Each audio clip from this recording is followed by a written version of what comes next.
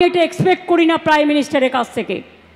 আমি তার চেয়ারকে সম্মান করি, কিন্তু আমি যেমন তার চেয়ারকে সম্মান করি তারও উচিত আমাদের চেয়ারগুলোকে সম্মান করা। নমস্কার, সোজা কথায় অনুপের সাথে আপনাদেরকে আরও একবার স্বাগত। কালকে বর্ধমানের সভা থেকে মমতা ব্যানার্জি বললেন যে আমাদের চেয়ারগুলোকে আপনাদেরকে সম্মান করা উচিত, আপনাদের চেয়ারগুলোকে আমরা সম্মান করি। এটা বলেছেন মোদির উদ্দেশ্যে। তা মোদির উদ্দেশ্যে এ কথা আপনি এখন বললেন, ঠিক আছে, আপনার কি মনে আছে মোদিকে কোনো এক সময় আপনি বলেছিলেন কিম্ভূত কিমাকার? এটা কি ধরনের সম্মান হলো? অমিত শাহকে আপনি বলেছিলেন হোদল কুতকুত, আর আপনি এখন বলছেন যে আপনাদের চেয়ারগুলোকে আমরা সম্মান করি। দেশের স্বরাষ্ট্রমন্ত্রীকে আপনি বলছেন হোদল কুতকুত, আর মোদিকে বলছেন কিম্ভূত কিমাকার বলেছিলেন। তারপরে বলেছিলেন মোদিকে মাজায় দড়ি বেঁধে ঘোরাবো। এগুলো কি ধরনের সম্মান? এগুলো কি ধরনের সম্মান? এর মানে কি? এই কিম্ভূত কিমাকার এর মানে কি আমি এখনো জানি না। কোথায় পেলেন এই ভাষা আপনি নিজেই জানেন। তো এই ধরনের ভাষা দিয়ে দেশের প্রধানমন্ত্রীকে আপনি কটাক্ষ করেছেন, দেশের স্বরাষ্ট্রমন্ত্রীকে কটাক্ষ করেছেন। তাদের কটাক্ষ করা মানে তাদের চেয়ারকে কটাক্ষ করা। সম্মান করেননি আপনি, আর সম্মান করতে জানেনও না। আর এখন বলছেন আপনাদের চেয়ারগুলোকে আমরা সম্মান করি, আমাদের চেয়ারগুলোকে আপনাদের সম্মান করা উচিত। আর এই সমস্ত ভাষা দিয়ে আক্রমণ করে গেছেন। মোদিকে মাজায় দড়ি বেঁধে ঘোরাবেন, এটা একজন দেশের প্রধানমন্ত্রীকে কেউ বলতে পারে? সাধারণ মানুষের কথা বাদ দিন, আপনি একজন মুখ্যমন্ত্রী। আপনি একজন মুখ্যমন্ত্রী হয়ে বলতে পারেন মোদিকে যে আপনার মাজায় দড়ি বেঁধে ঘোরাবো? এটা কোনো কথা হলো? কালকে বর্ধমানের সভা থেকে আরও অনেক কিছু বলেছেন, সেন্ট্রালকে কটাক্ষ করে, সেন্ট্রালকে আক্রমণ করে আরও অনেক কিছু বলেছেন মমতা ব্যানার্জি। শুনুন। কেন বলবেন বাংলায় সব চোর তাই আমি টাকা বন্ধ করেছি? উত্তরপ্রদেশ সবচেয়ে বড় চোর, মহারাষ্ট্রের আপনার ডবল ইঞ্জিন সবচেয়ে বড় চোর, বিহারের ডবল ইঞ্জিন সবচেয়ে বড় চোর। আগে চোরদের দিকে তাকিয়ে দেখুন। চোরের গদ্দারদের নিয়ে আপনারা মিটিং করছেন, আর আপনারা বাংলাকে চোর বলছেন। লজ্জা করে না? নরেন্দ্র মোদী মমতা সরকারকে বলেছে চোর, তাই মমতা ব্যানার্জির গায়ে লেগেছে। তাই কালকে ওরকম উগ্র মেজাজ দেখিয়ে এরকমভাবে কটাক্ষ করলেন মোদিকে। চোর শব্দটা ওনার গায়ে খুব জ্বালা লেগেছে। আচ্ছা, আপনার দলের নেতা মন্ত্রীরা জেলে গেছে চুরির দায়ে, এটা কি মিথ্যে? পার্থ চ্যাটার্জি জেলে গেছে, পার্থ চ্যাটার্জি যে চুরি করেছে সেটা প্রমাণিত। তার খাটের তলায় কোটি কোটি টাকা পাওয়া গেছে, বেআইনি টাকা, চাকরি চুরির টাকা। এগুলো কি মিথ্যে? জ্যোতিপ্রিয় মল্লিক খাদ্য দপ্তর থেকে হাজার হাজার কোটি টাকা ঝেড়ে দিয়েছে, প্রমাণিত।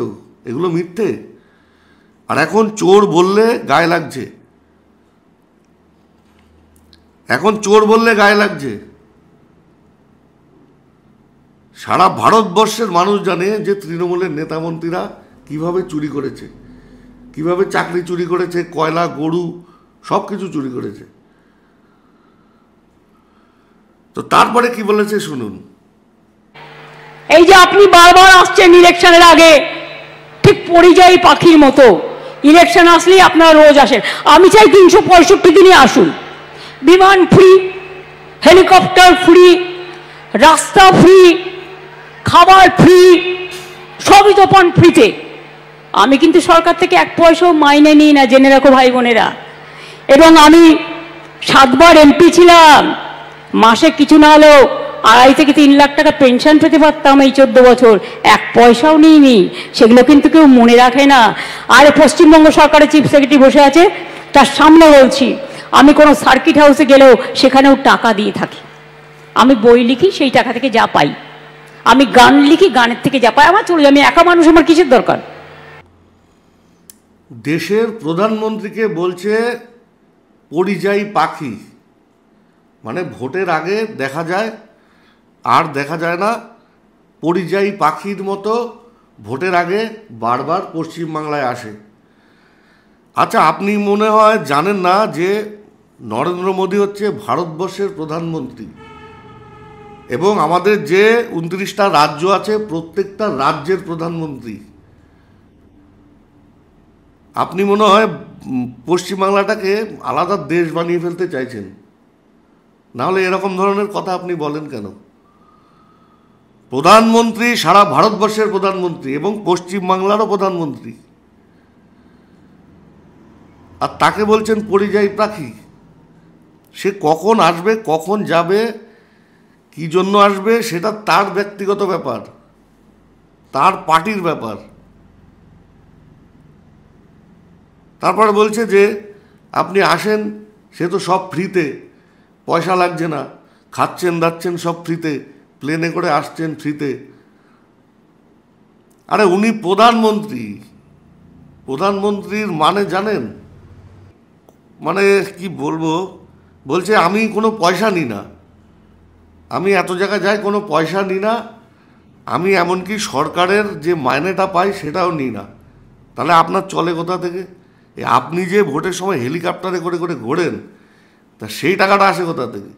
বলছে আমি বই লিখি, ছবি আঁকি, ওখান থেকে আমার যা ইনকাম হয়।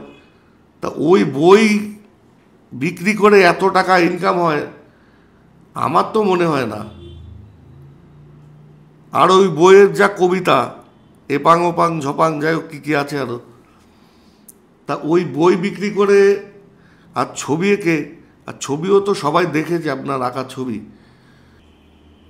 তা এরকম হেলিকপ্টারে করে ঘোরা, তারপরে চার্টার ফ্লাইট, আমার কিন্তু মাথায় আসছে না। যাই হোক, হতে পারে, সেটা আপনারা জানেন। তারপর মমতা ব্যানার্জি বললেন যে বিজেপি বলছে বাংলায় নাকি সব বাংলাদেশি থাকে। বিজেপি কোথায় কখন বলেছে যে বাংলায় সব বাংলাদেশি থাকে? শুনেছেন কোথাও কারোর মুখে বিজেপি কথা বলেছে যে বাংলায় সব বাংলাদেশি থাকে? বলেছে বাংলায় অনেক বাংলাদেশি থাকে। না হলে 2002 সালের পর থেকে, যেখানে 2002 সাল থেকে আজকে 2025 সাল পর্যন্ত 65% ভোটার বেড়েছে। কি করে বাড়লো? সব আকাশ থেকে হাওয়ায় ভেসে এসে পড়েছে? একদমই না। মানুষ বোঝে এসব, মানুষ এখন যথেষ্ট সচেতন, মানুষ সব বোঝে।